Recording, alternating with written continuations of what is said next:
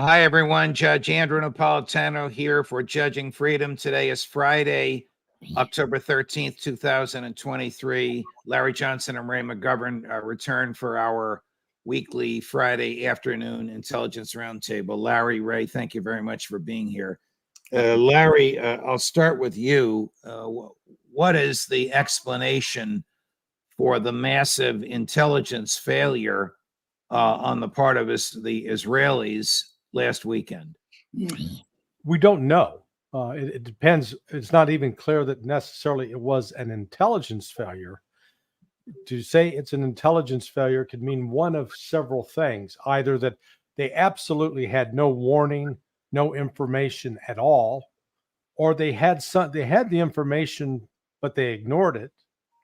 They had the information, the analysts reported it up the chain of command, and the bosses said, no, we're not going to act on that. Or it was reported to the political leadership and they rejected it. Or the alternative is, yeah, they knew full well this was coming and allowed it to happen. Look, I've seen explanations and information to support all of those. So it's very puzzling.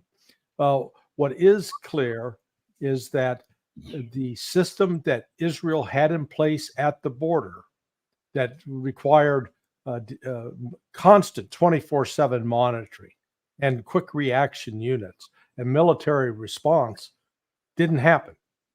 And so it sort of defies the imagination to try to accept that Netanyahu deliberately allowed this to happen, deliberately allowed, now what's approaching 1,000 Israelis to be murdered and killed. And that in order to justify going in and attacking the Gaza Strip. There are some that are making that case. I still go back to what I've heard from some of my intel buddies who said it was a complete combination of Israeli arrogance, laziness, and failure to increase reliance upon electronic information, moving away from human sources.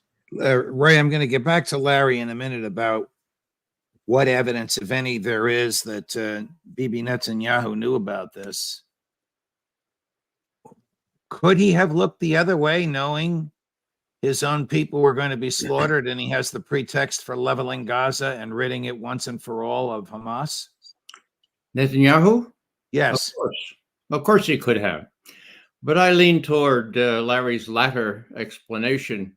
I think it was a combination of arrogance. We have Pepe Escobar explaining that Israeli intelligence looked at some of these Hamas exercises and said, well, look, they're training for something that will never going to happen. They know it's not going to happen.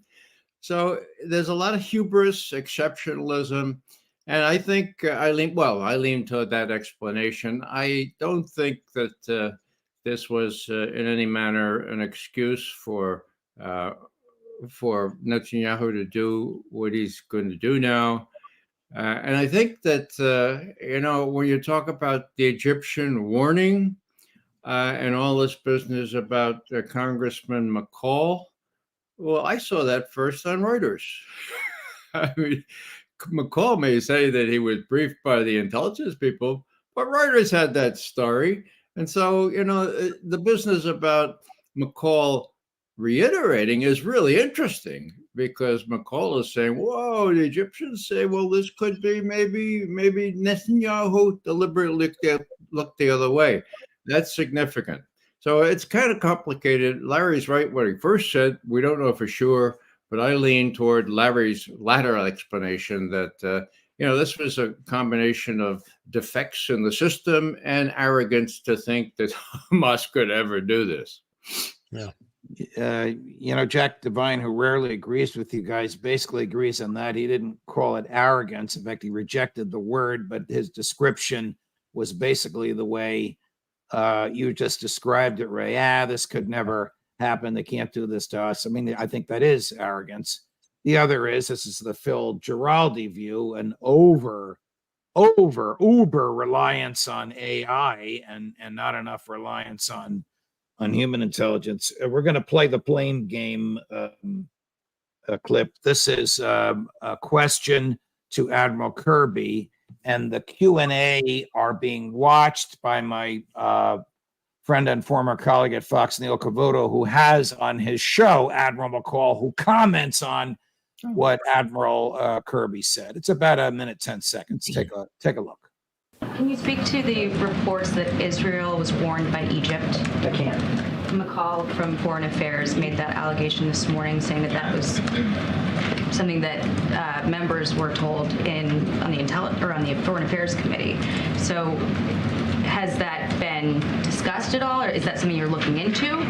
I can't speak to specific intelligence matters. Again, there will be a time to look back at this, as we always do, and we will. Right now, we're sharpening the intelligence gathering and cooperation and sharing with Israel, as we should, since they're involved in active operations, and we're making sure that they get the tools they need. All right, so your intelligence might be saying one thing, Chairman John Kirby might be holding cards close to his vest. His and at the White House says another. Who's right? Well, we do know the Egyptian intelligence did refer this to Israel, and I can't get into any more depth. Well, he must have been the recipient of some intelligence briefing, presumably American. He's the chair of the House Foreign Affairs Committee, and the briefer must have said this is what the CIA believes. Larry, if the Egyptian intel did inform Mossad and then something happened, either Sure. the worst, Bibi said, forget about it, or it never made its way to Bibi for any of the reasons you pointed out. Here's my question. Would CIA know that Egyptian intel informed Mossad? Yes, probably. Through either intercept or liaison reporting of some sort. But there's a possible explanation for this. If Egypt was regularly reporting information to Israel, and most of it was not true or never panned out, you could see an Israeli analyst saying, "Oh, it's those Egyptians again. Oh, another crying wolf incident." And they'll just toss it and ignore it. That has happened. And I mean, I go back to my days as an analyst. There was a source, it was called Seven Gamblers. They never got anything right. But, so every time I'd see Seven Gamblers, I wouldn't even read it. I just put it aside. So it's possible that something like that happened. The events are still pointing to Israel's system for dealing with a border penetration broke. It was supposed to work one way, and it didn't work. And so that has to be explained. Doesn't Mossad and doesn't CIA have agents or assets on the ground in Gaza? Well, Mossad does. CIA has this kind of very, very delicate political situation where CIA doesn't run agents in Gaza. We'll leave that to Mossad. A comment on what the Egyptians did. What the Egyptians may have done, as Larry suggested, is say, oh, it looks like something big is brewing. But if they didn't have particulars, if they didn't spell it out in some detail, as Jonathan Cook has mentioned in his recent writings, then, it would be easy to dismiss. What you need is granularity when you're talking about something like this. And I doubt that the Egyptians had any more granularity than the Israelis did, given the security precautions that Hamas took. How would Hamas get American weaponry, Larry? Well, there's several possibilities. Black market out of Ukraine, from the Taliban via Afghanistan, weapons we abandoned, or from the Palestinian Authority. Now, I've talked to a friend of mine who has real close ties with the Israeli intelligence world, and he indicated that from what he had seen so far, those rifles came from the Palestinian Authority, which means we gave it to the Palestinian Authority, and somehow or other, it worked its way out. I've been quoted on this and misquoted in some aspects, but we can say with 100% certainty, the United States, maybe unwillingly, is the number one supplier of weapons to Hamas. Do you think any of it came to Hamas via the black market out of Ukraine, Ray? I don't know, but I think it's possible, likely even, since no real controls or supervision were allowed to be imposed on that weapons transfer, because the Congress people who approved it were not willing to include the rudimentary provisions for inspecting where the hell these things end up.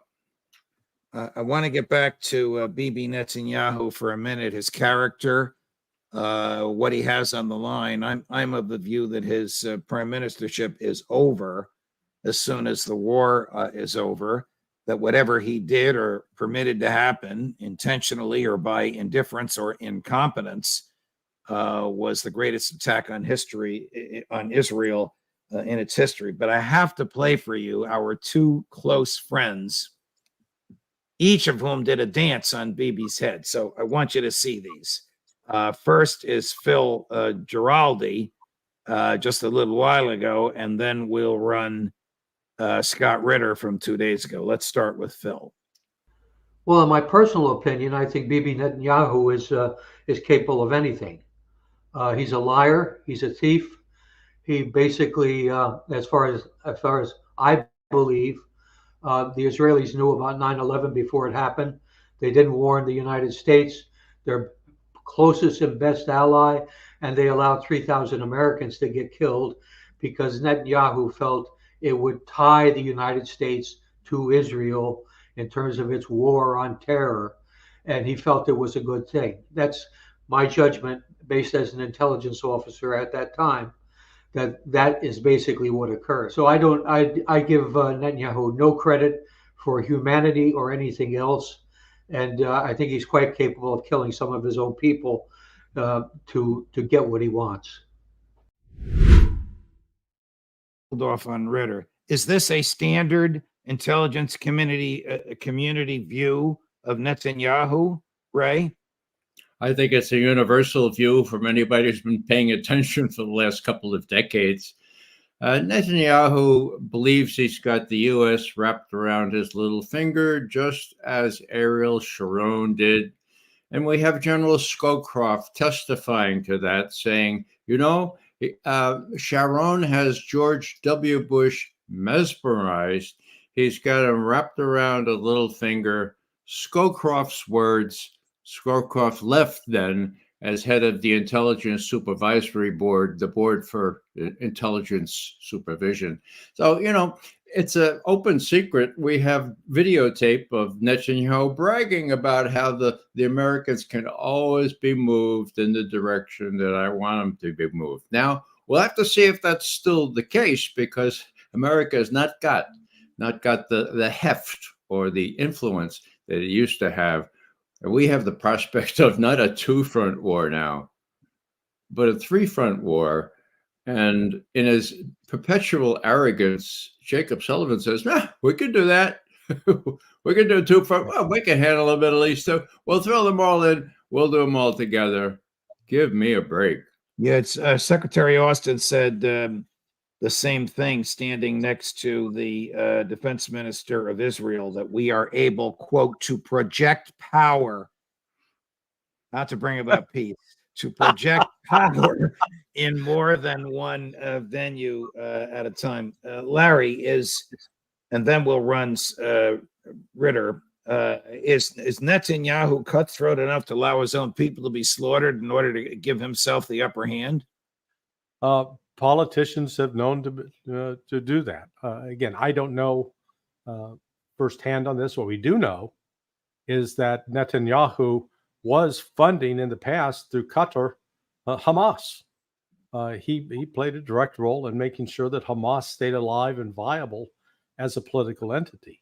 I think what's really important for all your listeners to understand, Judge, is that the political rift in Israel, the chasm that separates the two sides. Now, I'm not talking about Hamas and Israel. I'm talking within the conservative Israelis and the more, let's call wokesters, is wider. It's a wider gulf than anything that exists in the United States, more antagonistic. And so you see right now that Netanyahu is pandering frantically to that ultra right-wing element. And what they're advocating is not only the genocide of the Palestinians, I mean, the extinction of the Palestinians. They sound like the Nazis in World War II talking about Jews. Your friend Devine refused to condemn as a war crime the eradication of the Palestinians. First, they put them in a concentration camp called Gaza. Now they want to level it back into the Stone Age. Here's some of the leveling. Jack said, well, I don't know who's in those buildings. I don't know if they're residential buildings. I don't know if Hamas is hiding in them. I mean, this is carpet bombing, the likes of which we haven't seen since World War II. Let's run Scott Ritter on Bibi. Your views on the tenure of Benjamin Netanyahu as prime minister. I've hated Benjamin Netanyahu from day one. My initial dislike of this man came in 1982 when a Marine Corps captain stepped up on a Israeli tank and told him that it could not go across the Marine lines over his dead body. He pulled a pistol and told the lieutenant colonel he'd blow his brains out. The Israelis backed off. We charged the affairs at the embassy in to condemn the Israeli actions. That was Benjamin Netanyahu. His response, to go around and create rumors about this captain saying he was drunk, there was alcohol on his breath. Benjamin Netanyahu is a disgrace. He's a coward. And he's been that way ever since. He was prime minister from 1996 to 1999. I was there for 2 years of his prime ministership. He knows what the truth of Iraqi weapons destruction is because I worked with the head of his intelligence and they agreed with me. And yet in 2002, he went before the United States Congress as a private citizen, but with the cachet of being a prime minister saying there is no doubt that Iraq has a nuclear weapons program. He lied. Americans then went into Iraq and died.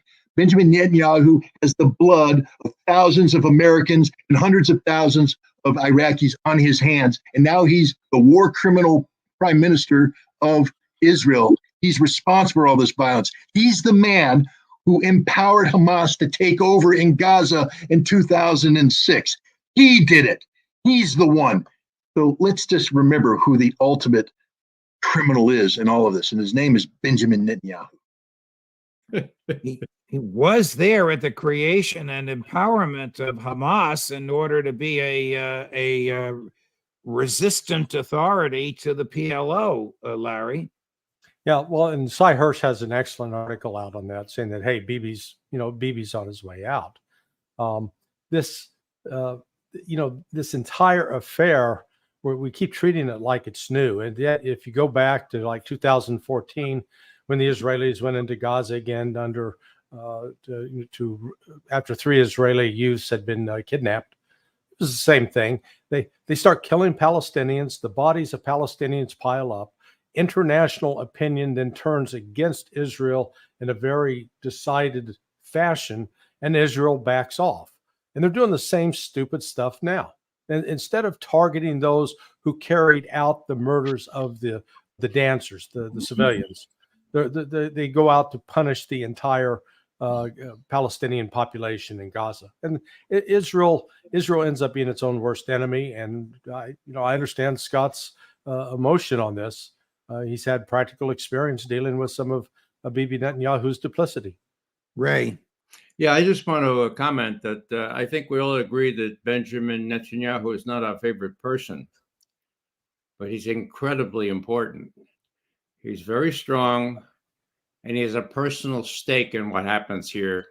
He's going to end up in jail if he doesn't cater to these extremist right-wing people who are religious fanatics and are just as likely to invade the Al-Aqsa Mosque again and cause not only the Shia but the Sunni Muslims to come together, and that's the end of Israel as it exists today. Now, does he have a lot at stake here? He does. Was he real clever before? Yes, he was. After all, he got rid of Saddam Hussein. And the new government, Chalabi, was going to recognize Israel. That didn't work out really well, but he did destroy Iraq, so that worked. So what will he destroy now? I don't know, but he's got a personal stake in this. He's going to end up in jail if this thing doesn't work out right. And I'm really afraid that he'll use the rest of his power, like Samson, pull down the rest of the temple. Larry, how does the conflagration in Gaza and Israel, if at all, affect the war in Ukraine?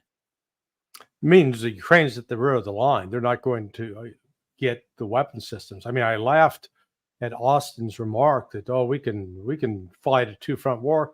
Hell, we can't even do a one front in Ukraine. They cannot supply Ukraine with 155 millimeter shells. So the actual weapons that can be put on the table for Ukraine don't exist, can't be made and manufactured in any time soon. And now Israel has rushed to the head of the line because the fact of the matter is Israel's domestic lobby in the United States is far more powerful than Ukraine's, and it's going to get first dibs at the servings around the table. What is the CIA looking to pick up in Israel now, Ray? Looking to pick up? Looking, what intel are they looking to gather? Well, they'll try to penetrate the top leadership. They'll try to figure out whether these extremist, religious fanatics, and I use that term advisedly, those are the ones that Netanyahu has to depend on now. But you're talking about the people that are in Netanyahu's coalition, right? Ones he's had to either recruit or acquiesce in. And what they're about to do is really reprehensible because it's already starting. And I don't know if the rest of the world has the power to deter them, although Russia and China and Brazil and others are now speaking out saying, look, we have to do this. We have to stop it. What I refer back to is the UN Resolution 242, which said that Israel had to relinquish its control over the occupied territories, occupied by a war of aggression by Israel in 1967. There's no two ways about it. Menachem Begin, the former Israeli president, said, look, we lied when we said we were threatened by Egypt. There was no threat. We invaded because we wanted to, and look, we ended up with all this territory. Well, if the UN is worth anything, it's worth enforcing that resolution. Now push comes to shove. Let's see if the UN can play a constructive role. Gentlemen, thank you very much. Always a pleasure. Thank you for letting me pick your brains. This roundtable is popular, enjoyable, and informative. Have a great weekend. We'll see you both next week. Thank you, Judge. Thanks so much. Bye-bye. Thank you, my dear friends. Thank you for watching. We're up to 210,000 subscriptions. We're going to hit that goal of 250,000 by Christmas. Have a great weekend. Remember what we do at Judging Freedom. We look out for your liberty.